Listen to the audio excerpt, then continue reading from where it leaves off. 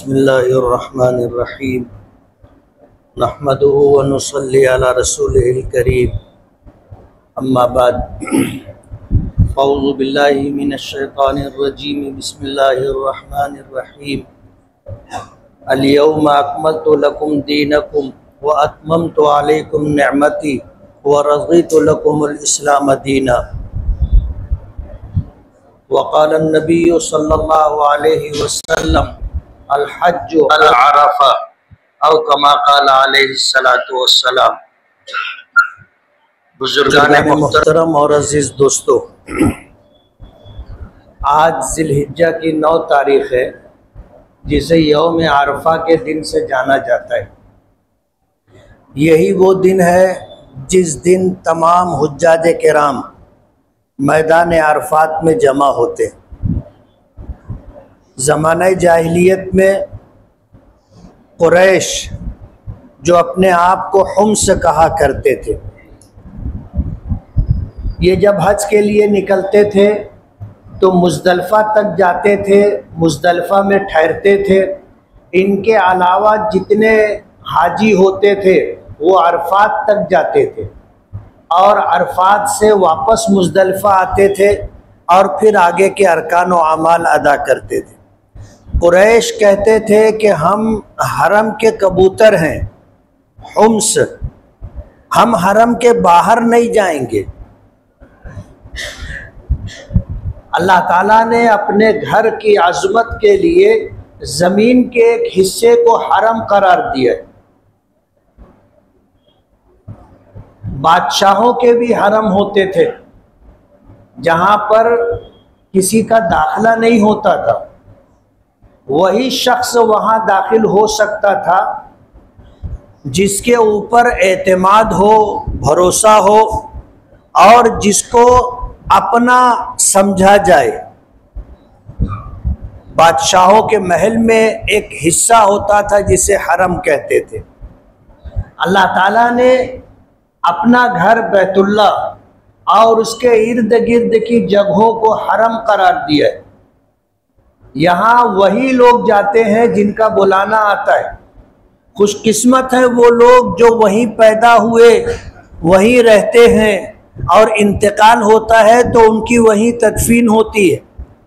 ये खुदाई तकसीम है और बंदों को अल्लाह के हर फैसले पर राज़ी रहना चाहिए कि अल्लाह ने हमारे लिए जो बेहतर समझा, जो हमारे हक़ में अल्लाह के इल्म में अच्छा था, अल्लाह ने हमें वो अता किया है। अल्लाह के फ़ैसले पर राज़ी रहना। तो मिना और मुज़दलिफ़ा ये हुदूद हरम में है और मैदान अरफात हुदूद हरम से बाहर है। नबी करीम सल्लल्लाहु अलैहि वसल्लम पर जब हज फ़र्ज़ हुआ तो अल्लाह ताला ने हज़रत जिब्राइल के ज़रिए आपको हुक्म दिया कि आप मैदान अरफात तक जाएं। अफ़ीज़ु मिन हैसु अफ़ाज़ अन्नास, कि तुम कुरैश की तरह मुज़दलिफ़ा में ना रुको, मैदान अरफात तक जाओ। अल्लाह का हुक्म था। नबी करीम सल्लल्लाहु अलैहि वसल्लम ने कदम ब कदम हज के अरकान व अमाल की अदायगी में हज़रत जिब्राइल के ज़रिए हुए लाए हुए अहकामात की तामील की। आप मैदान अरफात तक गए और आपने फरमाया कि मैदान अरफात की हाजिरी ही हज है। अल हज्ज अल अरफा, मैदान अरफात की हाजिरी ही हज है। इसीलिए उलमा का इस बात पर इत्तिफाक है कि मैदान अरफात की हाजिरी जिस शख्स को नसीब हो गई उसका हज हो गया। दीगर आमाल ऐसे हैं कि उनका बदल मौजूद है। आदमी मिना नहीं जा सका, कंकरी नहीं मार सका, मैदान मुज़दलिफ़ा नहीं जा सका, इसका बदल मौजूद है। कुर्बानी नहीं कर सका, इसका बदल मौजूद है। उसका हज हो जाएगा। लेकिन अगर किसी ने मैदान अरफात की हाजिरी छोड़ दी या उसकी ये हाजिरी किसी वजह से छूट गई तो फिर उसका हज नहीं होगा। यानी वकूफ अरफात का बदल नहीं है कि आदमी मैदान अरफात नहीं जा सका तो बड़ा दम दे देवे, छोटा दम दे देवे, एक से जायद दम दे देवे, हज हो जाएगा, ऐसा नहीं। मैदान अरफात जाना ही जाना है हर एक को। यही वजह है कि जो लोग हज के इरादे से जाते हैं, हज वीजा लेकर के वहां पहुंचते हैं, अगर वो माजूर हो या बीमार हो गए, हॉस्पिटलाइज हो, तो फिर उन्हें एम्बुलेंस के जरिए मैदान अरफात ले जाया जाता है। थोड़ी देर के लिए उनको मैदान अरफात पहुंचा दिया जाता है और मैदान अरफात में वकूफ का वक्त 9 जिलहिज्जा को जवाल से लेकर के सूरज डूबना और सूरज डूबने से लेकर के सुबह सादिक तक, यानी आधा दिन और पूरी रात वकूफ अरफात का वक्त है। इस वक्त में अगर कोई शख्स एक लम्हे के लिए भी मैदान अरफात पहुंच गया, उसका हज हो गया। हुदूद अरफात तय है। आदमी एक कदम अंदर रखा, एक लम्हे के लिए रुका, फिर बाहर निकल आया, तो भी उसका वकूफ अरफात हो गया, और जिसको वकूफ अरफात मिल गया उसका हज हो गया। मैदान अरफात वो जगह है जिस जगह के मुताल्लिक आता है कि कल क़यामत के दिन यही मैदान महशर होगा। अल्लाह ताला इसको बढ़ा देंगे और पूरी दुनिया इंसानियत उस मैदान में जमा होगी और हिसाब व किताब होगा। यही मैदान महशर होगा। अल्लाह सबको जिंदा करेंगे, सब मर चुके होंगे, अल्लाह सबको जिंदगी देंगे और मैदान अरफात में सबको जमा होना है। आज का दिन यौम अरफा कहलाता है। अरफा अरफात से माखूज है, जिसके माने जानने के आते। हज के 5 दिन है। जिलहिज्जा की 8 तारीख को यौमुत तरविया कहा जाता है, जिस दिन लोग मेना, मक्के से मेना आते। 9 जिलहिज्जा को यौम अरफा कहा जाता है। 10 जिलहिज्जा को यौमुन नहर और यौमुल हज कहा जाता है। 11, 12, 13 इन 3 दिनों को अय्याम तशरीक कहा जाता है। आज सुबह की नमाज से हमने तकबीर तशरीक का आगाज किया। इमाम आजम अबू हनीफा रहमतुल्लाह अलैह के यहाँ 9 जिलहिज्जा की फज्र की नमाज से लेकर 13 जिलहिज्जा की असर की नमाज तक हर फर्ज नमाज के बाद एक मर्तबा मर्दों के लिए बाआवाज़ बुलंद और औरतों के लिए बगैर आवाज की बुलंदी के तकबीर तशरीक पढ़ना वाजिब है। और अल्हम्दुलिल्लाह पूरी दुनिया में इसका एहतमाम होता है कि फज्र की नमाज आज हमने पढ़ी और अल्हम्दुलिल्लाह तकबीर तशरीक कही, अल्लाहु अकबर ला इलाहा इल्लल्लाह वल्लाहु अकबर वलिल्लाहिल हम्द। ये तकबीर तशरीक है क्या?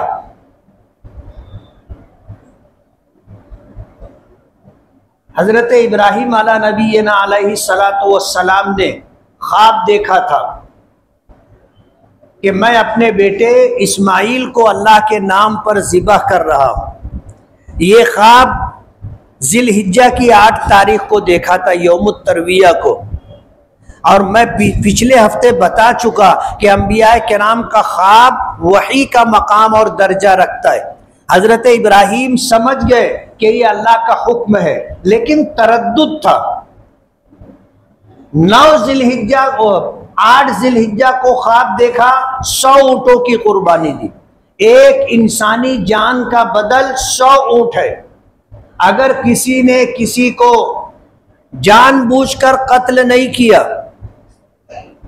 लेकिन कोई ऐसा काम हो गया कि उसमें किसी की जान चली गई या किसी ने किसी को जानबूझ करके कत्ल किया और मकतूल के वरसा बजाय किसास यानी जान के बदले में जान लेने के इस पर राजी हो गए कि तुम जान का बदल दे दो, जिसको दियत कहते, तो 100 ऊंट दिए जाएंगे।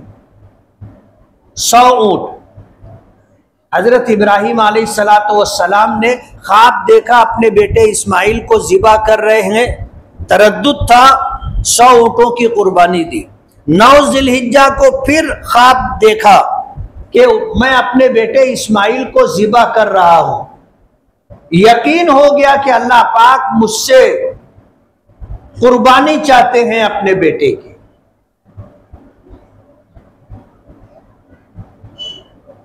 10 ज़िलहिज्जा को फिर 9 को फिर 100 ऊंटों की कुर्बानी दी। 10 ज़िलहिज्जा को फिर ख्वाब देखा,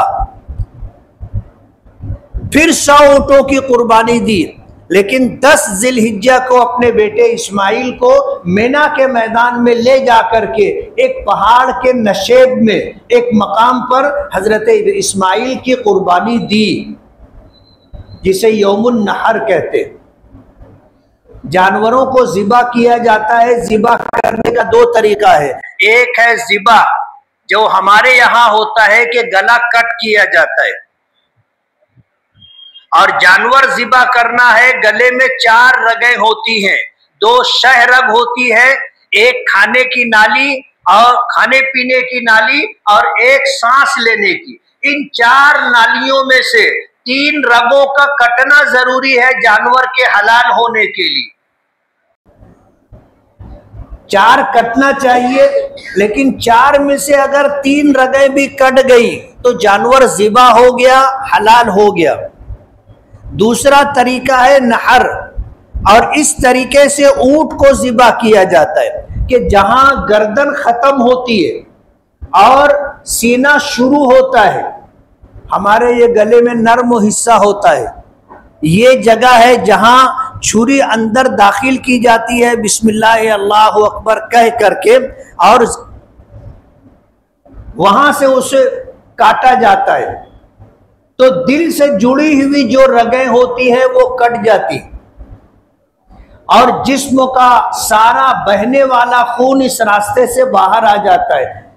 ऊंट को इस तरह ज़िबा किया जाता है, इसको नहर कहते। तो 10 तारीख को हजरत इब्राहिम ने अपने बेटे इस्माइल की कुर्बानी दी थी, यौमुन नहर।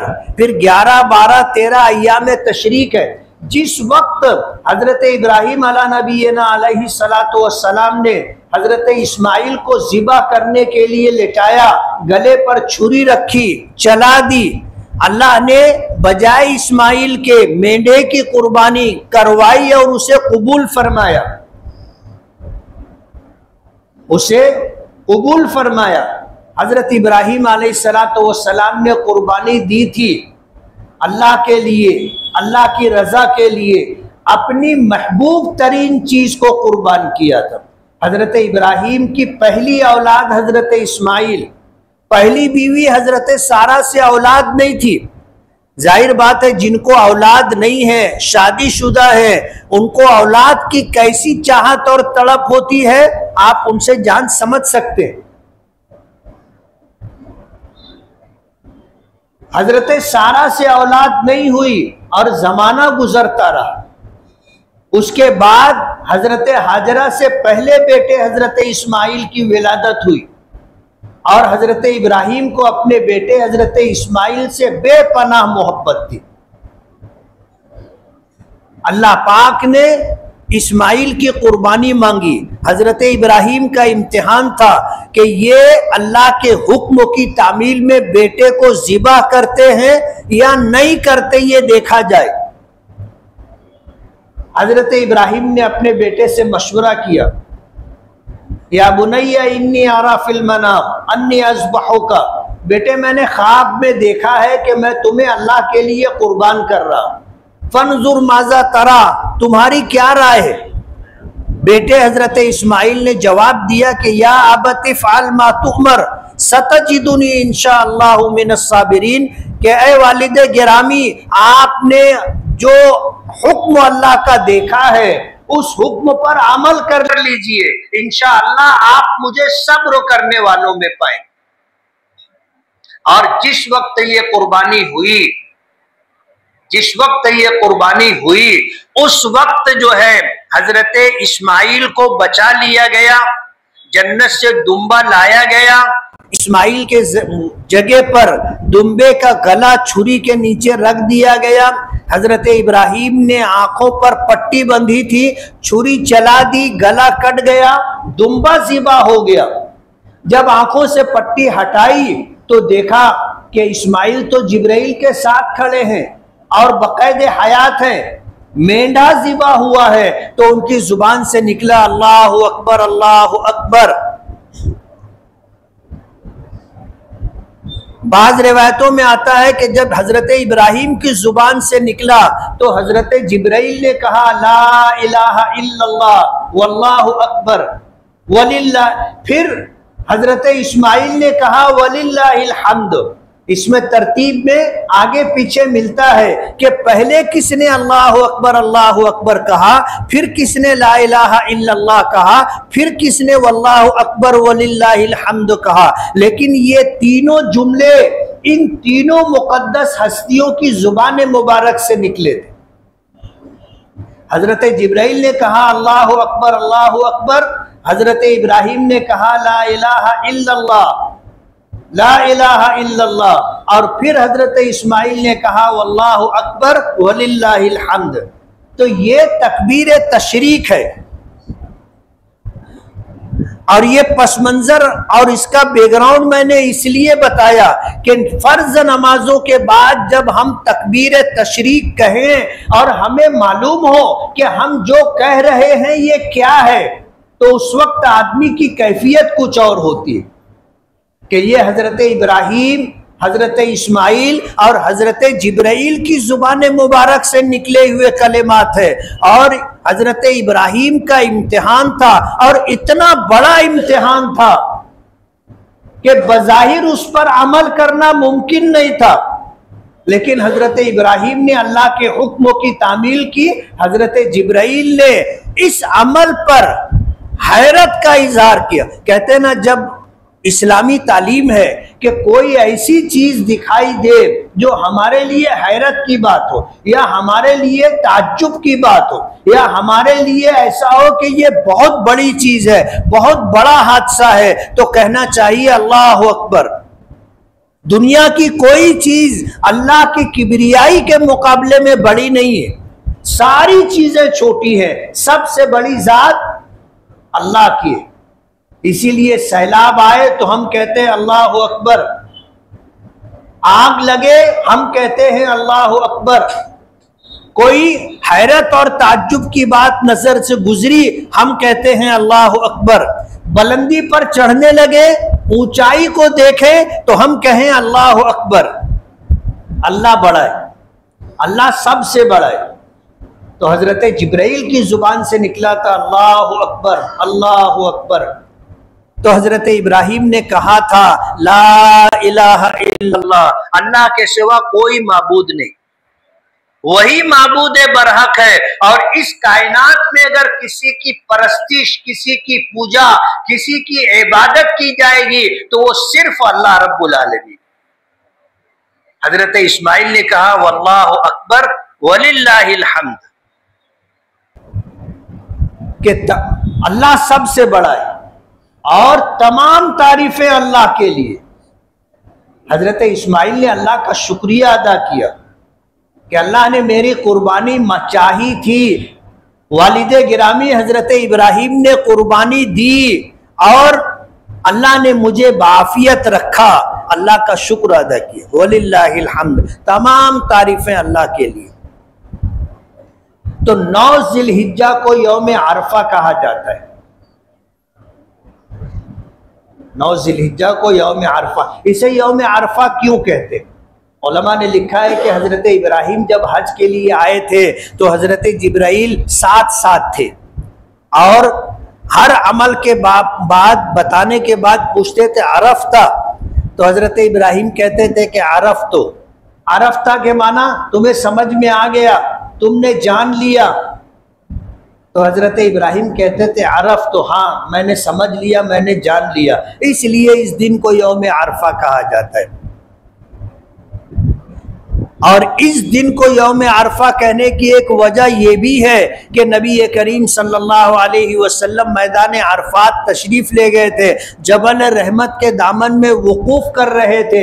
उस वक्त अल्लाह पाक की तरफ से कुरान करीम की आयत अल-यौमा अकमलतु लकुम दीनकुम व अतममतु अलैकुम निअमती व रज़ीतु लकुमुल इस्लाम दीना, कि आज के लिए मैंने तुम्हारे लिए तुम्हारा दीन मुकम्मल कर दिया है।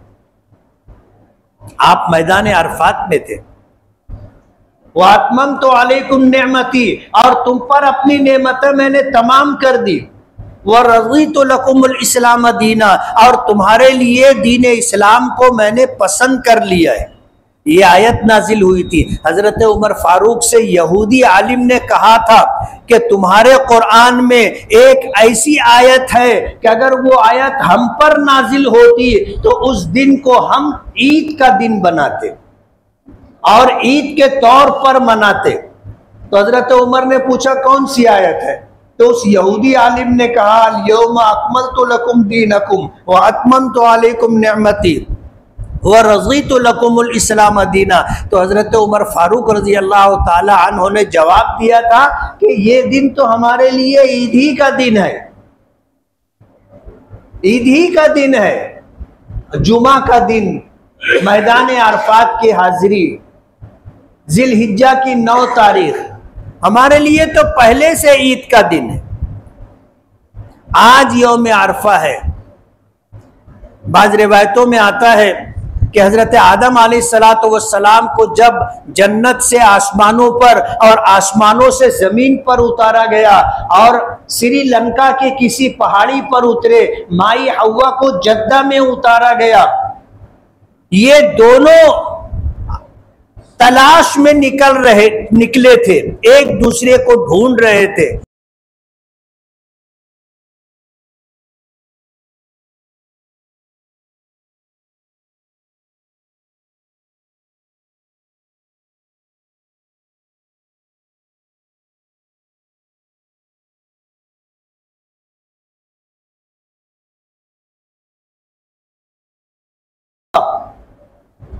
इस दिन की फजीलत में आता है कि जिस शख्स को अल्लाह पाक ने हज के उन्वान से बुलाया, हाजिरी की दौलत और सआदत अता की और वो मैदान अरफात पहुंच गया, अल्लाह उसकी मग़फ़िरत कर देता है, अल्लाह उसे बख्श देता है, माफ कर देता है और उसे गुनाहों से ऐसा पाको साफ कर देता है जैसे विलादत के बाद बच्चा होता है, गुनाहों से बिल्कुल पाको साफ। हाजी को भी अल्लाह पाक यही दौलत अता करते हैं कि अगर मैदान महशर में हाजिर हो करके उसने दुआ इस्तिग़फ़ार का एहतिमाम किया, अल्लाह उसे गुनाहों से इस तरह पाको साफ कर देता है कि उस पर गुनाह नाम की कोई चीज नहीं होती।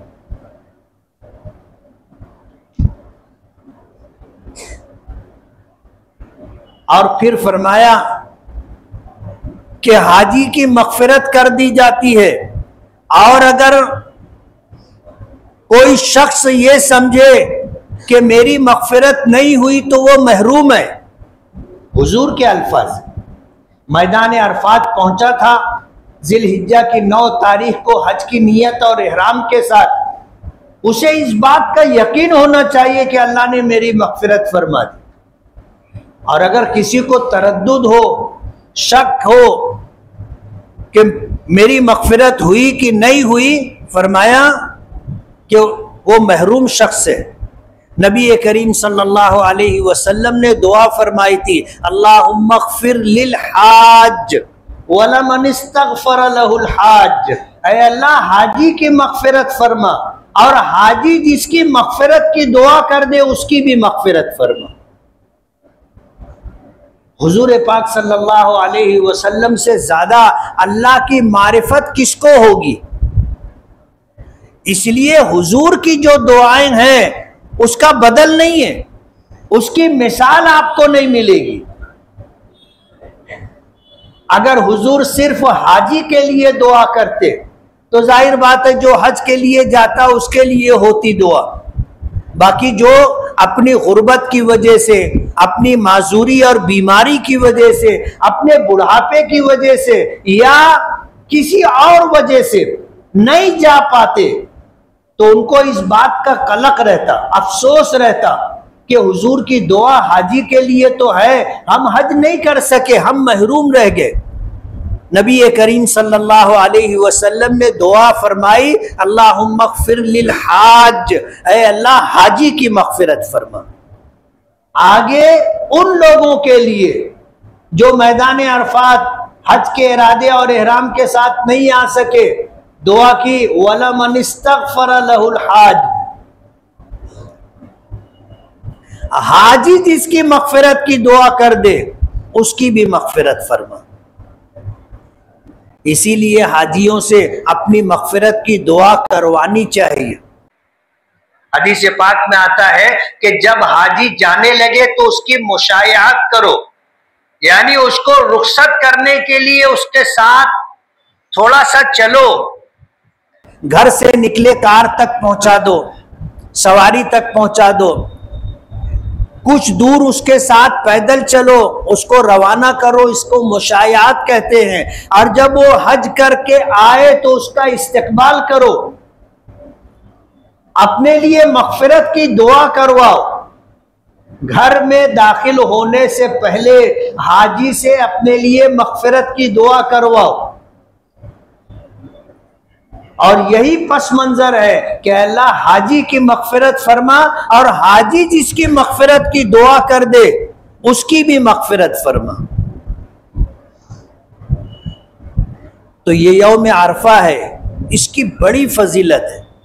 इस दिन का रोज़ा, हदीस पाक में आता है कि जो रोज़ा रखेगा उसके पिछले एक साल और अगले एक साल के गुनाह सगीरा माफ़ हो जाते।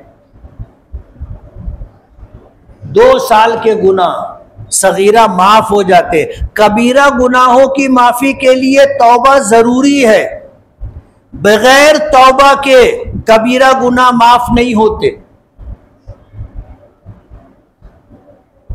तो आज का दिन बहुत फजीलत का दिन, और इस दिन का खास अमल दुआ और इस्तिग़फ़ार। आधा दिन गुजर गया है, आधा दिन बाकी है।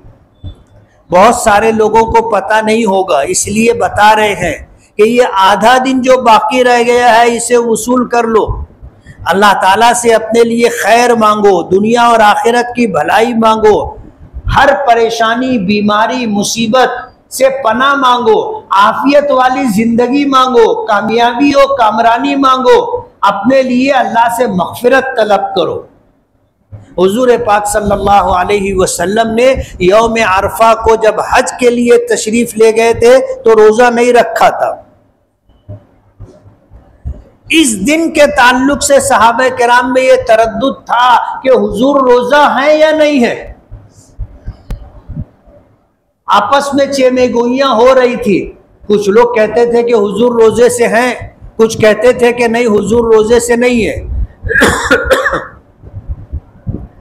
आपकी चची हजरत अब्बास रजी अल्लाह ताला अन्हु की अहलिया बीवी, उसने दूध का एक प्याला हुजूर की खिदमत में भिजवाया और आपने फरमाया 3 चीजें ऐसी है जो पेश की जाए, बगैर मांगे मिल जाए तो रद्द नहीं करना चाहिए, वापस नहीं करना चाहिए, इनकार नहीं करना चाहिए।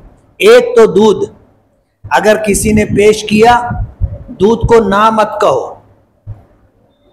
एक घूंट लेना हो ले लो,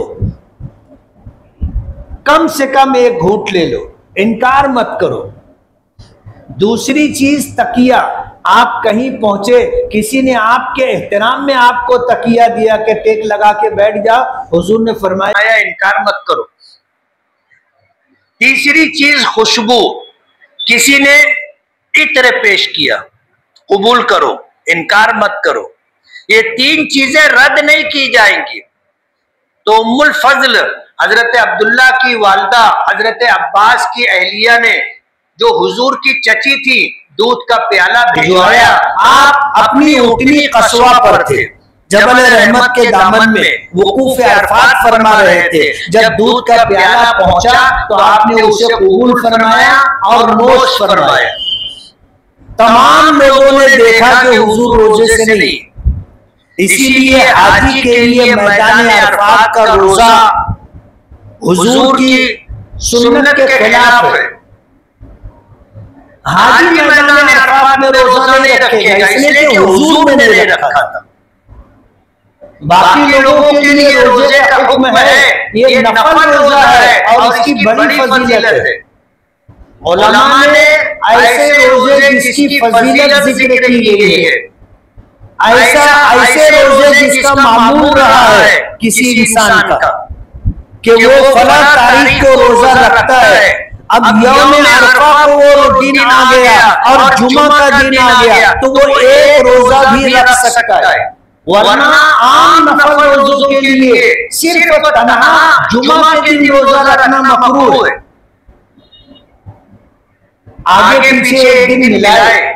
अब आगे यौमुन नहर है, जिस दिन रोजा रखना हराम है। 11, 12, 13 तारीख को रोजा रखना हराम है। ईद के दिन रोजा रखना हराम है। ये 5 दिन साल में ऐसे हैं जिसमें रोजा रखना हराम है। अब जाहिर बात है हम कल को रोजा नहीं रख सकते, हमें एक दिन पहले रोजा जुमेरात का रोजा रखना था। लेकिन यौम अरफा के लिए आगे पीछे किसी दिन का मिलाना जरूरी नहीं है। तन्हा यौम अरफा का रोजा भी रखा जा सकता है और मकरूह नहीं होगा।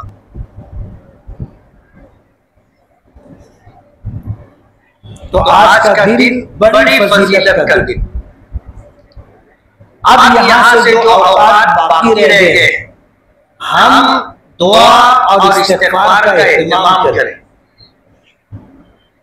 इस्तिग़फ़ार अल्लाह ताला से अपने गुनाहों की माफी मांगना, इस्तिग़फ़ार अल्लाह से अपनी मग़फ़िरत तलब करना।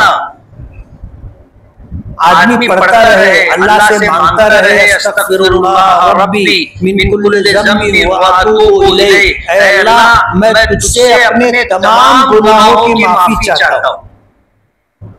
ऐ मेरे परवरदिगार मैं अपने तमाम गुनाहों की माफी चाहता हूँ और मैं आपसे तौबा करता हूँ, आपकी तरफ रुजू करता हूँ। आपके दिए हुए रास्ते से मैं हट गया था, मैं आपके रास्ते पर सिराते मुस्तकीम पर वापस आता हूँ।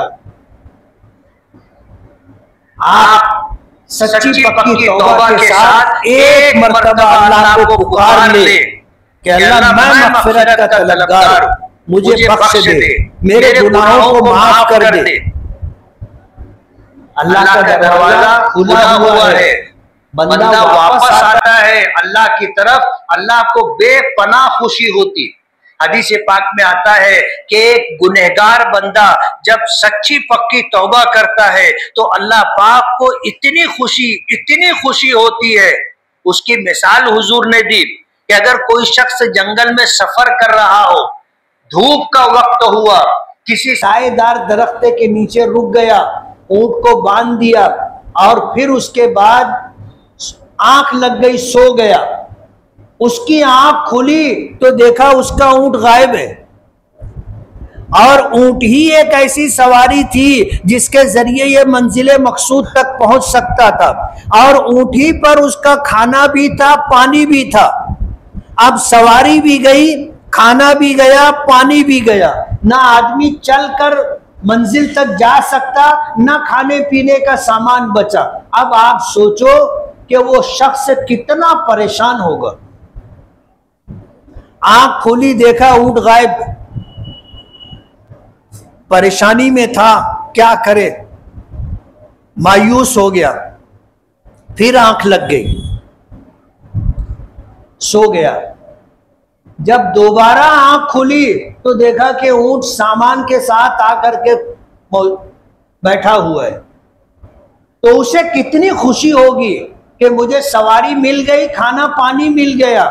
हुजूर पाक सल्लल्लाहु अलैहि वसल्लम ने फरमाया, जब कोई गुनहगार बंदा अल्लाह की तरफ रुजू होता है, अल्लाह से अपने गुनाहों की माफ़ी चाहता है, मग़फ़िरत तलब करता है, सच्ची पक्की तौबा करता है, तो अल्लाह को इस बंदे को ऊँट खोने के बाद वापस मिलने पर जो खुशी होती है, उससे ज़्यादा अल्लाह पाक खुश होते कि मेरा बंदा था, भटक गया था, रास्ते से हट गया था, वापस आ गया।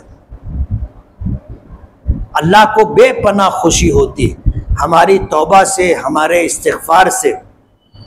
इसलिए आज का दिन अल्लाह के नज़दीक बहुत अहम दिन है। ये 10 दिन, 1 ज़िलहिज्जा से लेकर 10 ज़िलहिज्जा तक अल्लाह पाक ने कसम खाई है इन दिनों की, इन दिनों की कसम खाई।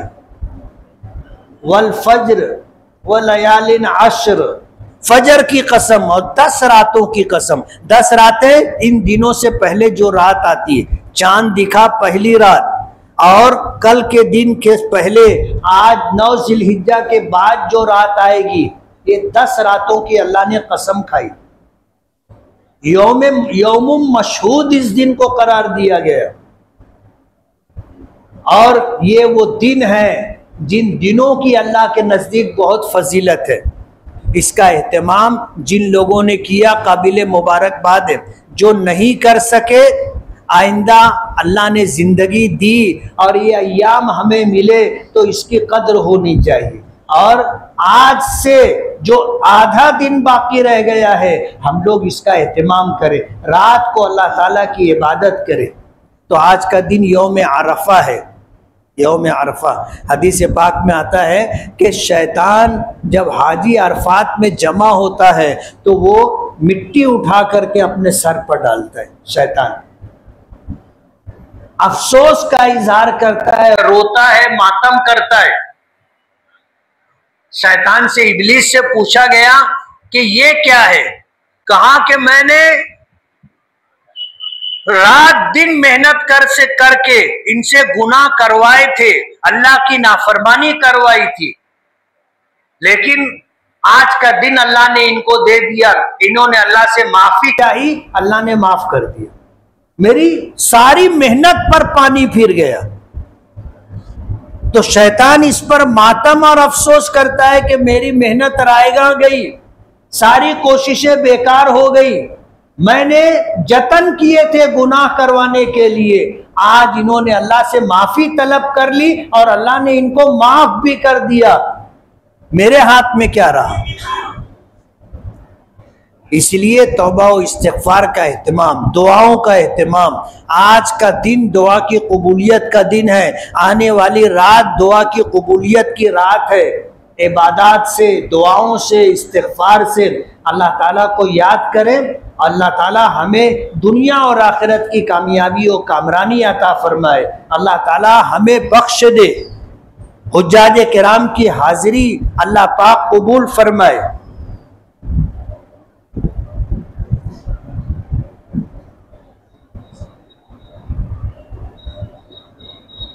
हुज्जाज किराम हज के लिए गए, इंशाअल्लाह उनकी हाजिरी कबूल होगी। मैदान अरफात की हाजिरी की वजह से अल्लाह उन्हें मग़फ़िरत, उनकी मग़फ़िरत फरमाएंगे, गुनाहों से पाक और साफ होकर के आएंगे। हम अपने लिए दुआ करें, उनकी भी हाजिरी कबूल हो, अल्लाह हमें भी बख्श दे, हमें भी दुनिया और आखिरत की भलाई, कामयाबी, कामरानी, अपनी रज़ा, अपनी मोहब्बत अता फरमाए। कल बकरीद का दिन, हम अल्लाह की रज़ा के लिए कुर्बानी पेश करेंगे। अल्लाह हमारी पेश की हुई कुर्बानी को कबूल फरमाए। एक ज़माना था रंगीन जानवरों की कुर्बानी मना नहीं थी और कुर्बानी हम करते थे, वही कुर्बानी का चमड़ा हम मदारिसे दीनिया को दिया करते थे और मदारिसे दीनिया को इन चिर्म कुर्बानी की वजह से एक दीन की खिदमत के लिए एक कसीर रकम मिल जाया करती थी। आज वो सिलसिला गवर्नमेंट के गौवंश के कानून बना देने की वजह से बंद हो गया है। मदारिसे दीनिया का ताउन ज़रूरी है। हम पहले उन्हें कुर्बानी के जानवर का चमड़ा दे देते थे, अब जाहिर बात है वो सिलसिला बंद हो गया। भैंस और भैंसे की कुर्बानी हम देंगे, बकरी बकरे की कुर्बानी देंगे, इस पे जो रकम आती है वो मामूली होती है। भैंस का चमड़ा मुश्किल से 100 रुपये का बिकता है, बल्कि 50 रुपये का और 60 रुपये का लोग लेते हैं, बेचा जाता है। तो कुर्बानी करने वाले हजरात, मदारिसे दीनिया का जिस तरह ताउन होता था, आप रंगीन जानवरों का चमड़ा दे करके दीन की खिदमत के लिए मदारिसे दीनिया का ताउन करते थे, अब आप नकद रकम के साथ ताउन करें। पहले वो चमड़ा 1000 रुपये का बिक जाता था, आपके कुर्बानी के जानवर का कमो बेश 1000 रुपये का बिक जाता था। आप अगर कुर्बानी कर रहे हैं और 1,50,000 रुपये का जानवर ला रहे हैं, तो कम से कम 1000 रुपया मदारिस को दे। ख्याल रखेंगे, हम कुर्बानी करते। और भैंस और भैंसे का जो चमड़ा होता है, हमने पिछले सालों में देखा कि लोग उसे कचरे में डाल देते, उसे जाये कर देते। कारपोरेशन के लोग आते हैं, गंदगी और कचरा उठाते हैं, वो चमड़ा भी उठा करके ले जाते हैं। ये एक तरह की कुर्बानी के जानवर की खाल की बेहुरमती है। रात जमीयत उलमा ने फैसला लिया कि मदारिसे दीनिया ने ऐलान कर दिया है कि हम चमड़ा जमा नहीं करेंगे, तो ये चमड़े इस तरह जाये हो जाते हैं। जमीयत उलमा की तरफ से जितने 5-6 हलके हैं, उन हलकों में चमड़ा जमा किया जाएगा और बीफ मार्केट नया पूरे में चमड़ा जमा किया जाएगा। आप वहां पहुंचाने की कोशिश करें। जमीयत उलमा आपके कुर्बानी के जानवर के चमड़े को जाये ना हो, इससे बचाने की कोशिश करेगी। ये पैगाम आप दूसरों तक पहुंचा दें। मदारिसे दीनिया का ताउन करें, कुर्बानी के जानवर का चमड़ा जाए और बर्बाद ना हो, किसी दर्जे में काम आ जाए जमीयत उलमा के दफ्तर पर। बेहतर होगा कि बीफ मार्केट नया पूरे में और जो हल्के 5 हैं न शहर में जमीयत उलमा के, उन हलकों पर कुर्बानी के चमड़ों को जमा करवाएं।